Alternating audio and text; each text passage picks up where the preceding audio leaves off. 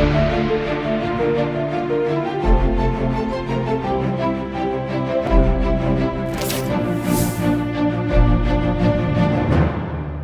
के बाद आप सभी का स्वागत है सी न्यूज़ भारत में। नमस्कार, मैं हूं रत्ना। वक्त हो गया है अलीगढ़ बुलेटिन का। शुरुआत करेंगे इस खबर से। अलीगढ़ में नवरात्रि के अवसर पर जहां भक्त मंदिरों में पूजा अर्चना कर सुरक्षा और सुख समृद्धि की कामना कर रहे हैं, वहीं उत्तर प्रदेश सरकार की महिला सशक्तिकरण पहल का असर जमीनी स्तर पर भी देखने को मिल रहा है। रोडवेज विभाग में महिलाओं को ड्राइवर और कंडक्टर के रूप में नियुक्त कर बसों में यात्रा करने वाली महिला यात्रियों के लिए सुरक्षित और सहज माहौल तैयार किया गया है। बस स्टैंड पर महिला कंडक्टर यात्रियों को बसों के गंतव्य बताकर बुलाती और टिकट जारी करती नजर आती हैं। अंशु चौधरी और शिल्पी जैसी महिला कंडक्टर्स का कहना है कि पुरुष प्रधान क्षेत्र में काम करके उन्हें गर्व और आत्मनिर्भरता का अनुभव हो रहा है। वो लंबी दूरी के रूट यहां तक कि लखनऊ तक की यात्रा भी नियमित रूप से करती हैं। क्षेत्रीय प्रबंधक सत्येंद्र कुमार वर्मा के अनुसार अलीगढ़, बुद्ध विहार और अतरौली डिपो में करीब 60 महिला कंडक्टर और एक महिला ड्राइवर अपनी सेवाएं दे रही हैं, जो महिला सशक्तिकरण की दिशा में एक सकारात्मक कदम है। मेरा नाम है शिल्पी। जी, आपका क्या काम है? मेरा है परिचालक है मैं बुद्ध विहार डिपो में। कैसा फील होता है काम करते में परिचालक? मुझे सब बहुत अच्छा लगता है। सेवा करती हूँ मैं। महिला शक्तिकरण योगी जी ने। अच्छा जी सर। तो कैसे कैसे काम करना होता है? शुरुआत कैसे होती है दिन में आपकी? सर सुबह 7 बजे से ड्यूटी है। 12 घंटे की ड्यूटी है इसमें, अलीगढ़ से बल्लभगढ़ के लिए। फिर बसों में क्या सवारियां चढ़ाते हैं? तो क्या सवारी चढ़ाते हैं सर। और फिर टिकट वगैरह का? टिकट वगैरह काटते हैं सर। अच्छा, आपका जो जिस बस पर है, अब कितना लंबा रूट है आज का आपका? आज का हमारे साथ 602। कहाँ से कहाँ जाएंगे आप? अलीगढ़ से बल्लभगढ़ और फिर उसके बाद में सर एटा, वहाँ से फिर अलीगढ़। वैसे नाम क्या आपका? मेरा नाम अंशु चौधरी है। अंशु चौधरी जी, आप क्या करती हैं और कहाँ करती हैं? मैं ये अलीगढ़ डिपो में हूँ और मैं परिचालक पर हूँ। परिचालक हूँ मैं अलीगढ़ डिपो में। क्या कहेंगी, पहले पुरुष काम किया करते थे, अब महिलाएं भी करती हैं? सर ये योगी जी ने निकाली है, महिलाओं और परिचालक की भर्ती निकाली है, तो इसमें महिलाओं ने बढ़ चढ़ के भाग लिया है। हमारे डिपो में है 30-40 महिला हैं जो परिचालक पर काम कर रही हैं। चालक भी हैं? एक चालक हैं जिनका नाम सोनू मालन है। कैसा लगता है काम करके आपको? सर बहुत अच्छा लग रहा है अभी तो। अच्छा, कैसे कैसे ड्यूटी रहती है आपकी? हाँ, ड्यूटी हमारी सुबह से शाम तक रहती है। कभी कभी जैसे जाम लग जाता है तो थोड़ा लेट नाइट भी हो जाते हैं।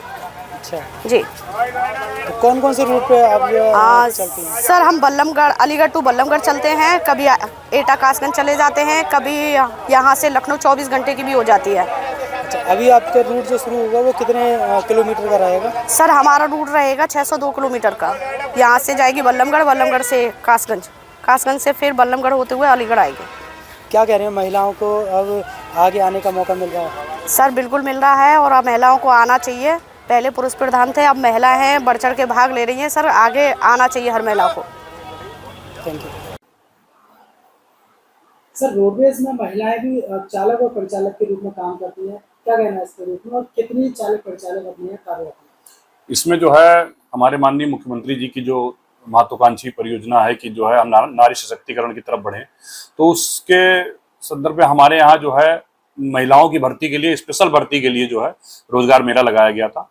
तो एक ड्राइवर तो हमारे यहाँ पहले ही थे, तो वो अलीगढ़ डिपो में है ड्राइवर, और कंडक्टर जो है करीब हमें अभी 50-60 कंडक्टर जो है हमारे अलीगढ़, बुद्ध विहार, अतरौली डिपो में तैनात हैं। और वो ऐसा भी नहीं कि वो यहीं चलते हैं लोकल, मतलब लंबे लंबे रूटों पे भी जाती हैं, इवन हरदोई तक, लखनऊ तक भी जाती हैं वो महिलाएं। अब वो जो है अच्छे से काम कर रही हैं, और इससे जो है हमारे बसों में जो महिलाएं यात्रा करती हैं उनको भी इससे सुरक्षित महसूस होता है। और लोग देखते हैं, इससे लोग इनकरेज भी होते हैं कि मतलब लोग परिचालक को पहले जो है इतना नहीं समझते थे कि जो है इसमें कैसे चलेंगे, कैसे ड्यूटी करेंगे, लेकिन उनको देख करके लोग इनकरेज हो रहे हैं। और अब जब हम रोजगार मेला लगाते हैं तो संख्या वो बढ़ती जा रही है। अभी हमने रोजगार मेला लगाया था तो उसमें हमने पूरे इसका लगाया था, पूरे मंडल का, तो कासगंज एटा तक में जो है महिलाएं बहुत ज्यादा भर्ती हुई थी। तो अब ये भी एक अच्छा है कि जो है हम लोग महिलाओं को इनकरेज कर रहे हैं, और वो जो है बढ़ चढ़ के वो हिस्सा भी ले रही हैं। हाँ। अलीगढ़ से सी न्यूज़ संवाददाता संजीव शर्मा की रिपोर्ट। इसी के साथ रुक करेंगे अगली खबर की ओर। बता दें, अलीगढ़ के वेस्ट रेलवे रोड क्षेत्र में सुबह एक जर्जर टेलीफोन खंभा अचानक गिर जाने से सड़क पूरी तरह जाम हो गई और यातायात ठप पड़ गया। घटना के बाद दोनों ओर वाहनों की लंबी कतारें लग गई, जिससे स्कूल जाने वाले बच्चों, नौकरी पेशा लोगों और अन्य राहगीरों को भारी दिक्कतों का सामना करना पड़ा। स्थानीय लोगों ने बताया कि खंभा लंबे समय से खराब हालत में था और इसकी शिकायत कई बार की गई थी, लेकिन कोई कार्रवाई नहीं हुई। सूचना देने के बावजूद मौके पर देर तक ना तो टेलीकॉम विभाग और ना ही नगर प्रशासन का कोई अधिकारी पहुंचा, जिससे लोगों में आक्रोश फैल गया। व्यापारियों का काम भी प्रभावित हुआ और ग्राहकों की आवाजाही रुक गई। क्षेत्रीय लोगों ने जिम्मेदार अधिकारियों के खिलाफ कार्रवाई की मांग की है। शर्मा है, रेलवे रोड पर मेरा दुकान लगती है यहीं पर। किस तरह परेशानी आई? ये सुबह 8 बजे से कई बार सुबह 8 बजे सूचना मिली थी, ये गिर गया है दुकान के पास एक पोल, और 3 बार 112 पे कंप्लेंट कर चुके हैं। पुलिस आई है, कोई समाधान नहीं हुआ। पुलिस ने आया, ये साइड करवा दिया और फिर उसके बाद यहाँ की पब्लिक है, पब्लिक रोड पर ही कर देती है बार बार। इसको बहुत दिक्कत आई है, सुबह से बहुत जाम रहा है और बहुत ही ज्यादा दिक्कत आ गई है। बिजली घर में कोई अभी कंप्लेंट नहीं करी थी, क्योंकि ये टेलीफोन का वो है, पोल है। हाँ, वहाँ पे भी करी थी।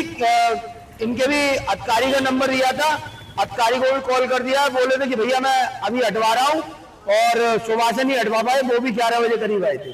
किस तरह की परेशानी हो रही है लोगों को? बहुत ही ज्यादा दिक्कत आ रही है, आम जनता को ही दिक्कत आ रही है सबसे ज्यादा। तो जो रोड के ही चलने वाले लोग हैं उन्हीं को दिक्कत आ रही है। मेन रोड है रेलवे रोड, और माहौल त्योहार का है, जाम का माहौल है और बहुत ही ज्यादा जाम रहा है शहर में, और दोनों तरफ से रास्ताएं बंद कर रखी है, फिर भी टिर्रियां अंदर आ रही हैं। कौन सी जगह है ये? रेलवे रोड टांगा स्टैंड।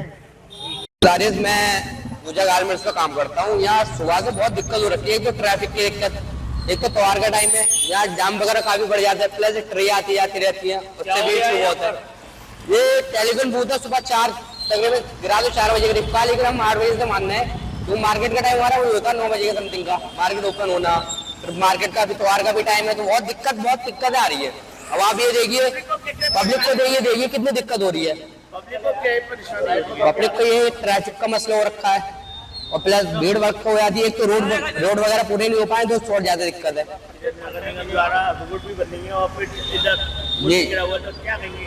ये कहेंगे भैया थोड़ा सुधारें इस चीज को, थोड़ा जल्दी कराया करें, क्योंकि अब अपन लोग डेली कुआ खोदते हैं, डेली कमाते हैं, डेली खाते हैं, तो हम आम जनता को भी दिक्कत नहीं हो, हमें भी दिक्कत नहीं हो, आम जनता को भी दिक्कत नहीं हो।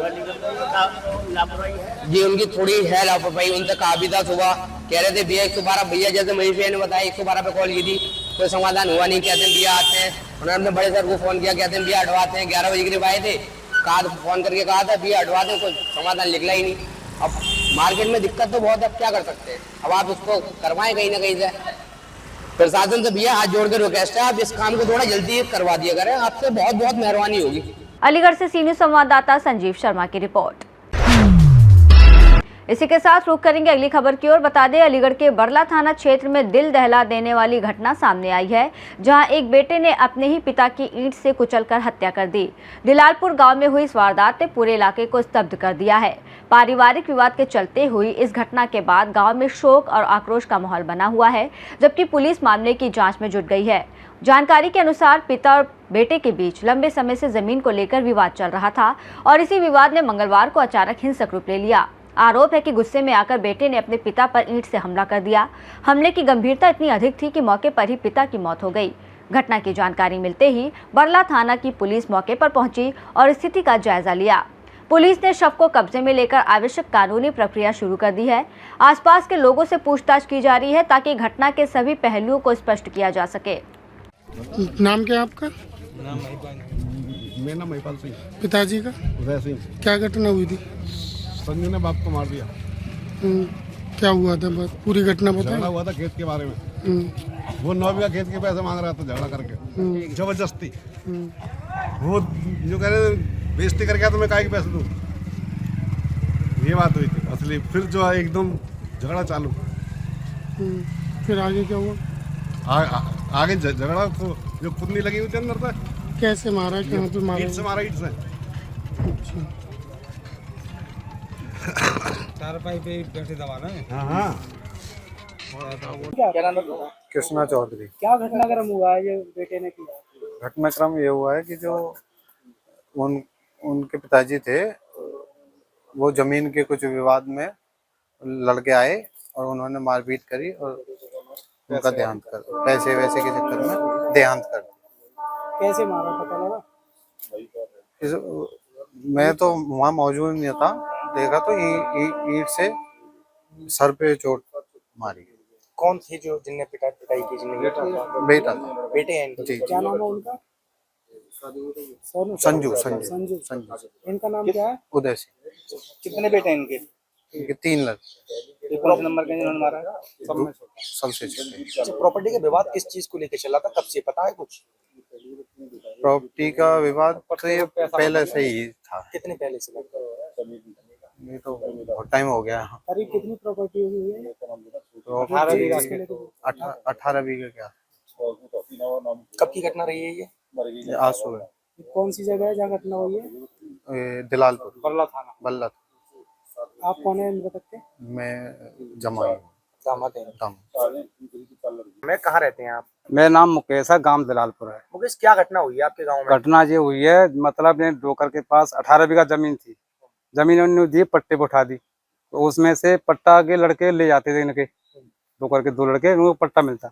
अब के उनने पट्टे देने की मना कर दी, पैसे देने की पैसे नहीं दूंगा, और मतलब वो कर दे जबरदस्ती। किन्ने डोकर ने धमकी दी, कुछ भी कर लो, पैसे नहीं दूंगा। क्योंकि वहां से आए हाथरस से, पूछा कच्ची करी नहीं, सीधे मार तोड़ करते हुए चले आए। अकेला लड़का था या और भी? नहीं, उनकी घरवाली भी साथ में थी। अच्छा, कैसे मारा है? और घर पे एक लड़का था बीच वाला, एक लड़की भी थी। लड़की के तो घरवाली ने हाथ पकड़ लिए और बड़े भाई को धक्का मार के निकाल दिया, और उसने ईंट उठाई और सिर में ताबड़तोड़ मार दी। ईंट से कुचल के? हाँ जी, सिर ईंट से कुचल दिया। मतलब सबके सामने मर्डर किया है? हाँ जी। कौन कौन किस किस के सामने किया? मतलब इनका बड़ा लड़का था, इनकी लड़की भी थी डोगर की। पीट के हत्या कर दी? हाँ जी। क्या नाम बड़े लड़के का? बड़े लड़के का नाम है हिपाल सिंह। जिसने हत्या की हो? बेटी का नाम है आरती। जिसने हत्या की? नहीं, कान में कोई बात नहीं, बताओ। रेखा। जिसने हत्या की है उसका क्या नाम? और उसका नाम है संजू। अच्छा, ये प्रॉपर्टी कितनी है? 18 बीघा जमीन है। पट्टा कितना आ रहा था इसको? 18 बीघा का पट्टा पता नहीं। 1,80,000। 1,80,000 का विवाद था है? हाँ जी। अब कहाँ है बेटा? कहाँ है? बेटा तो थाने में हाजिर हो गया, बहू उसकी फरार हो गई। अच्छा, हत्या करने के बाद खुद थाने पहुंचा है? थाने हाजिर हो गया वो तो। कौन से थाना क्षेत्र की? बल्ला थाना। कौन सा गाँव है? दिलालपुर।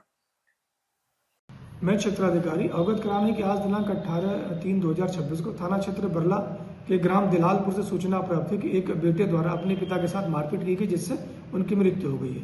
इस सूचना में तत्काल मौके पर पुलिस बल द्वारा पहुंचकर देखा गया तो वहाँ मृतक उदय पाल सिंह को उनके पुत्र संजीव द्वारा मारपीट की गई, जिससे उनकी मौके पर ही मृत्यु हो गई है। मौके पर फील्ड की टीम को बुला करके घटनास्थल का निरीक्षण कराया गया तथा शव को पोस्टमार्टम हेतु मोर्चरी रवाना कर दिया गया। प्राप्त तहरीर के आधार पर अभियोग पंजीकृत कर लिया गया तथा अभियुक्त संजू को हिरासत में ले लिया गया है। अग्रिम वैधानिक कार्रवाई की जा रही है। मौके पर शांति व्यवस्था संबंधी कोई समस्या नहीं है। अलीगढ़ से सीनू संवाददाता संजीव शर्मा की रिपोर्ट। इसी के साथ रुक करेंगे अगली खबर की ओर। अलीगढ़ में वार्ष्णेय युवा संगठन ने नव संवत्सर की पूर्व संध्या पर सामाजिक समरसता को बढ़ावा देने के लिए श्री वार्ष्णेय महाविद्यालय के क्रीड़ा स्थल पर सांस्कृतिक कार्यक्रम और सहभोज का आयोजन किया। परिसर को भगवा रंग और भगवा झंडों से सजाया गया था, जिसमें दिल्ली से आए कृष्णा म्यूजिकल इवेंट के कलाकारों ने धार्मिक नृत्य नाटिकाओं की मनमोहक प्रस्तुतियां दी। गणेश वंदना से प्रारंभ हुए कार्यक्रम में राधा कृष्ण, शिव पार्वती, बाहुबली हनुमान, काली माता, बाहुबली शिव और शिव जी के अघोरी रूप का चित्रण किया गया, जिसे दर्शकों ने भक्ति भाव और आनंद के साथ देखा। कार्यक्रम का शुभारंभ राष्ट्रीय स्वयंसेवक संघ के विभाग सह संघ चालक ललित, विभाग कार्यवाह योगेश, विभाग प्रचारक गोविंद आदि ने मां भगवती के चित्र पर संयुक्त दीप प्रज्वलन करके किया। आयोजन में संयोजक मंडल के रूप में राजेश सेंचुरी, यतीश वार्ष्णेय, संतोष डिब्बा, वीरेश वार्ष्णेय, अनुज गुप्ता और कमल बाबा सक्रिय रहे, जबकि वार्ष्णेय युवा संगठन उदय के अध्यक्ष लकी बालाजी और महामंत्री अंकित वार्ष्णेय ने सभी आगंतुकों का चंदन लगाकर और पटका पहनाकर स्वागत किया। कार्यक्रम में संरक्षक उमेश सरकौड़ा, मुकेश शिशु, अनुपम सज्जू, अमित सर्राफ और अन्य प्रमुख सदस्य बड़ी संख्या में मौजूद रहे। मैं यतीश वार्ष्णेय, संरक्षक वार्ष्णेय युवा संगठन रजिस्टर्ड। आज वार्ष्णेय युवा संगठन रजिस्टर्ड द्वारा नव संवत्सर की पूर्व संध्या पर भजन संध्या एवं सहभोज का कार्यक्रम रखा गया है।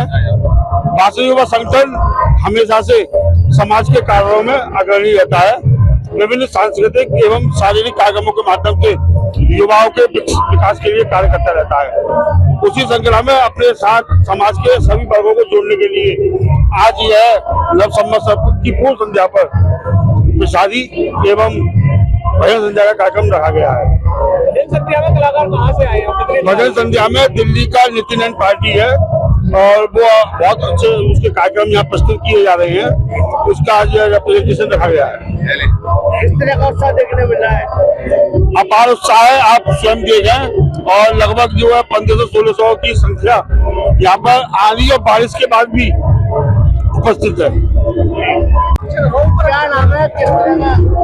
मैं आलोक प्रताप सिंह, उद्योग व्यापार प्रतिनिधि मंडल महानगर अध्यक्ष। आज अलीगढ़ में राष्ट्रीय महाविद्यालय इंडोर स्टेडियम में समस्तता के लिए आप पूर्व संध्या पर नव दुर्गा पूर्व संध्या पर हम लोगों ने प्रोग्राम किया है जो वासनीय उदय और वासनीय युवा संगठन द्वारा किया गया है। इसमें हमने दिल्ली से बहुत अच्छे अच्छे कलाकार बुलाए हैं, जिसमें अलीगढ़ से बहुत अपार भीड़ उमड़ रही है। जिसमें आज हम लोगों ने पूर्व संध्या पे ऐसा कार्यक्रम कर रहे हैं जिसमें हिंदू लोग सब एकजुट हो, आपस में मिले जुले और नवदुर्गा का पूर्व संध्या पे हम त्योहार करें। और आंधी बारिश के बाद भी इतने लोग आए हैं, आप देखिए इतनी भीड़ जुट रही है। इस समय खाने की व्यवस्था भी बहुत अच्छी है, सब लोग अपना आनंद ले रहे हैं परिवार के संग। जय श्री राम, धन्यवाद।